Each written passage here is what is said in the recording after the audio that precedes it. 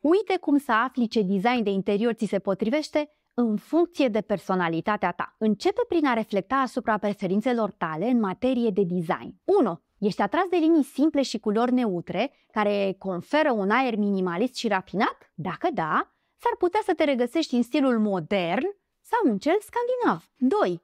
Te atrag culorile vibrante, texturile bogate și spațiile pline de viață, unde fiecare piesă de mobilier și accesoriu are o poveste proprie și contribuie la un mix armonios? Atunci boho este răspunsul pentru tine. 3. Ai un stil mai neconvențional și îți plac texturile și modelele pline de culoare? Înseamnă că vei opta pentru un design în stil bohem, care se bazează pe amestecul de culturi și influențe, cu accente exotice și piese de mobilier și decorațiuni complexe. Îți sugerez să faci un mood board cu acele culori, texturi sau imagini care te atrag și cu care rezonezi pentru a reuși să îți identifici stilul. Follow dacă vrei să-ți transformi casa în una de vis.